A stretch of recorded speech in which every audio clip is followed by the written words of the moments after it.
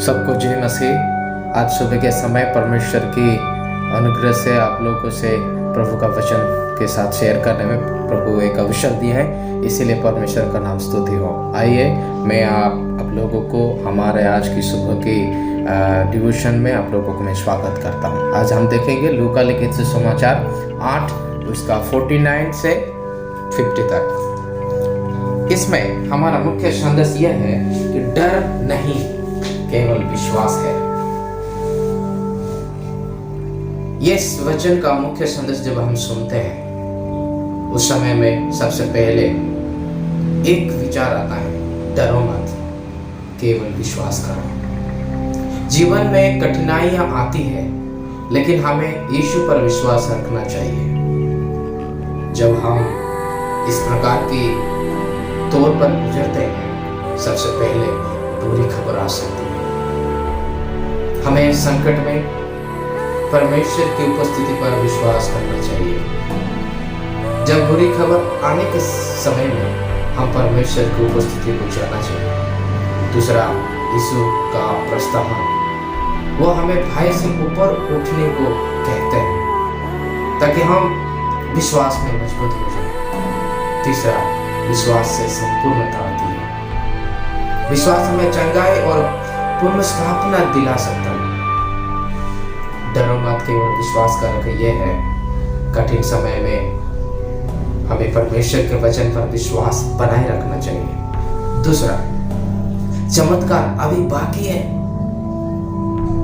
जब हम हार मान लेते हैं तब भी परमेश्वर कार्य कर रहे होते हैं। हमारी जिंदगी में हर परिस्थिति में भी जब हम आगे चलते हैं उस समय में हम हार जाते हैं, हार मान लेते हैं, लेकिन वचन के अनुसार परमेश्वर कार्य कर रहे होते हैं। इसीलिए सबसे पहले देरी का मतलब इनकार नहीं। यीशु ने पहले एक अन्य महिला को चंगा किया, लेकिन फिर भी उन्होंने इस बंदे की बेटी को जीवित किया। दूसरा, परमेश्वर की शक्ति सभी बाधाओं को हरा सकती है। कोई भी परिस्थिति उनकी पहुंच से बाहर नहीं। देर का मतलब इनकार नहीं, परमेश्वर काम करते हैं। परमेश्वर की शक्ति सभी बाधाओं को हरा सकती है। तीसरी, यीशु का अंतिम निर्णय ही महत्वपूर्ण है। संसार कुछ भी कहे, लेकिन अंतिम निर्णय परमेश्वर का होता है। हमें हर स्थिति में परमेश्वर की शक्ति और समय पर भरोसा रखना चाहिए। जब डरो मत, केवल विश्वास करो। दूसरा, चमत्कार अभी बाकी है। तीसरा, विश्वास जो परिस्थितियों से परे है। हमारा विश्वास परिस्थितियों पर नहीं, बल्कि मसीह की सामर्थ्य पर आधारित होना चाहिए। इसीलिए दुनिया कहती है मृत्यु, लेकिन यीशु कहते हैं जीवन। हमें किस पर भरोसा रखना चाहिए, यह हमें निर्णय करना चाहिए। क्या मैं यीशु के ऊपर या दुनिया के ऊपर? दूसरा, भय और विश्वास एक साथ नहीं रह सकते। जब हम विश्वास करते हैं तो हमें पूरी तरह से यीशु पर निर्भर रहना चाहिए। विश्वास संपूर्णता लाता है। याईर की बेटी को यीशु ने जीवित किया क्योंकि उसने विश्वास रखा। जब भय हमें निराशा करता है तो विश्वास हमें परमेश्वर की महिमा को देखने में सक्षम बनाता है। मेरे प्यारों, आज की सुबह के समय में परमेश्वर हमें एक बात सिखाए, डर मत, केवल विश्वास करो। दूसरा, चमत्कार अभी बाकी है। तीसरा, विश्वास जो परिस्थितियों से परे है। ईश्वर हमें सिखाते हैं कि कठिन परिस्थिति में भी हमें उनके ऊपर विश्वास करना चाहिए।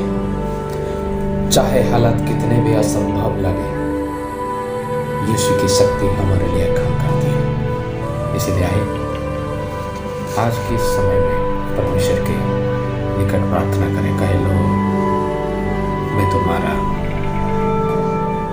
तुम हमारा। प्रार्थना करें। प्रभु जी, इस सुबह के समय में अच्छे वचन से हमें सिखाएं। हमें तो आपके उस वचन की गहराई को में समझने में, उस गहराई में जाने में मदद किया, इसलिए धन्यवाद।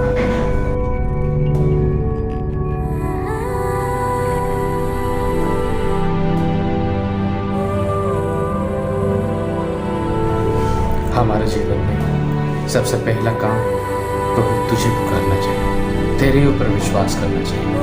हमारे ज़िंदगी की हर पल लोग तेरे वचनों के साथ शुरुआत होकर तेरे वचनों के साथ समाप्त होने में मदद करनी चाहता है। हमारा प्रार्थना सुनो, इसलिए धन्यवाद यीशु के नाम से मांगते हैं, आमीन। मेरे प्यारों, आज के इस वचनों में आप लोग हमारा साथ रहे, इसलिए मैं आप लोगों को धन्यवाद। और इसी प्रकार हमारे साथ जुड़े रहे, हमारे चैनल को सब्सक्राइब करें और लाइक करें। प्रभु आपको आशीष करे। धन्यवाद।